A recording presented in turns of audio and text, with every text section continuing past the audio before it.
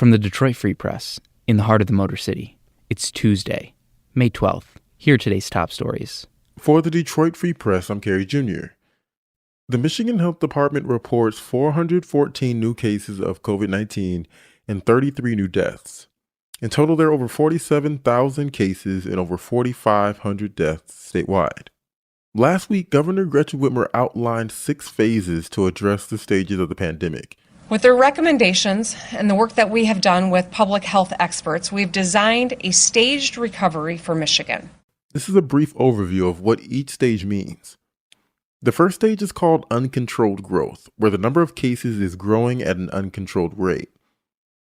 Stage 2 is titled persistent spread. That's when the pandemic is spreading, but at a lower rate. The third phase is the flattening phase. According to Governor Gretchen Whitmer, that's where we are now. So we are in the third phase of this. We've reopened some construction, or all construction. We've reopened manufacturing. At this phase, testing and contact tracing efforts increase to contain individuals infected with the virus. People in at-risk populations should continue to shelter in place.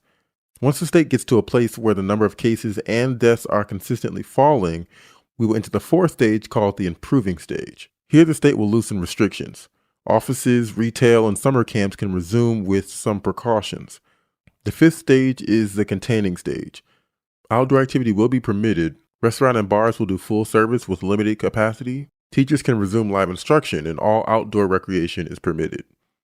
Once sufficient immunity and treatment is reached, we will enter the sixth and final stage, the post-pandemic stage, where things essentially go back to normal. The way the state decides how to move to the next stage depends on 3 things. The first is the trajectory of cases. Are cases increasing, flattening, or falling? The second is hospital capacity. How well the hospital can handle current cases and potential new cases. And the third is the ability for the state to track and contain the spread of the virus through testing and contact tracing. The governor has stated that these are incremental steps, and the overall goal is to lower the chances of a second wave. It's not easy instituting safety protocols for 60,000 workers.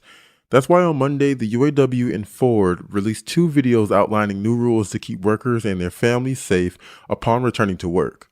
In the longer safety protocol video, Ford and UAW officials say workers will have hand washing stations and designated entrances. Here's Ford's Vice President of North American Manufacturing, John Zavona, talking about new lunch protocols. Typically, we allow people to go wherever they would like in the plant during break or lunch hours, and we're really going to be trying to restrict that. We want to make sure we've really got a good understanding of where they've been, who they've been in contact with.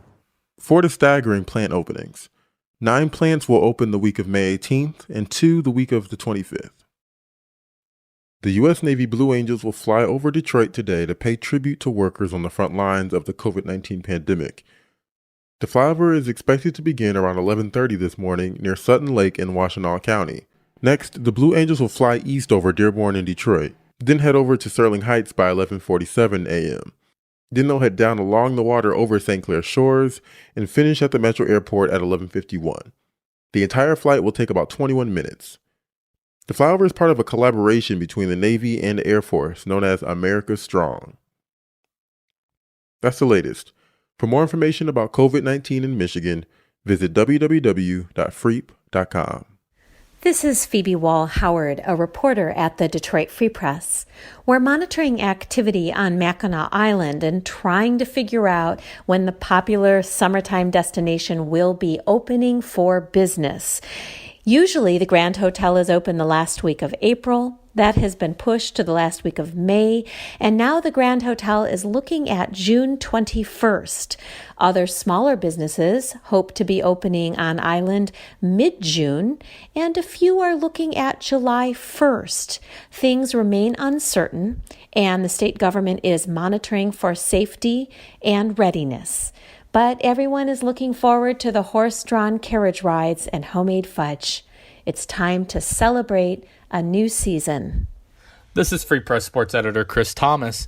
The MLB draft won't happen for at least another month, but the Detroit Tigers seem to already know who they'll take with the number 1 pick in the MLB draft. Or so we thought. Prognosticators continue to circle Spencer Torkelson as the number 1 pick, but ESPN added a twist in its first mock draft on Monday. According to insider Kylie McDaniel, the decision could actually be influenced by super agent Scott Boras.